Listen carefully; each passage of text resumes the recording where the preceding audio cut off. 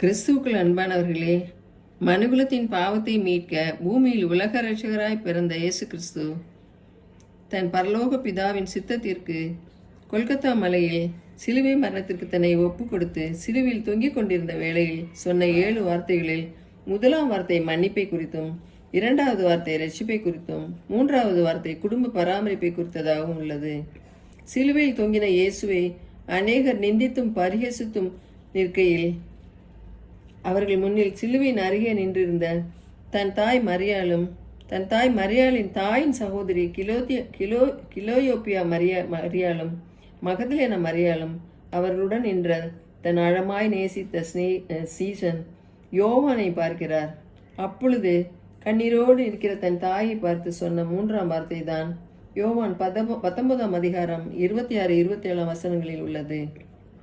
ஸ்ரீயே, இதோ உன் மகன் என்று யோவானை காண்பித்தும் யோவானை பார்த்து அதோ உன் தாய் என்றார்.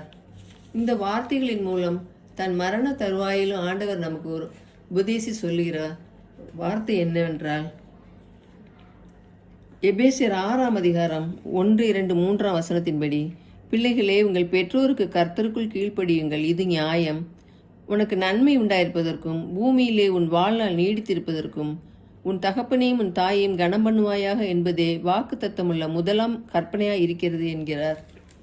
அதுபோல நீதிமொழிகள் 23ஆம் அதிகாரம் 22ஆம் வசனம், உன் பெற்றோரை கவனித்துக் கொள்வாயாக என்ற அடிப்படையில் உன் தாய் வயது சென்றவளாகும் போது அவளை அசட்டை பண்ணாயாக என்றும், லேவியாராகம் 19ஆம் அதிகாரம் 3ஆம் வசனத்தில் பெற்றோரை காத்து கொள்ளணும் என்பதன் அடிப்படையில் அவனவன் தன் தாய் தகப்பனுக்கு பயந்திருக்க வேண்டும் என்றும் சொல்கிறார்.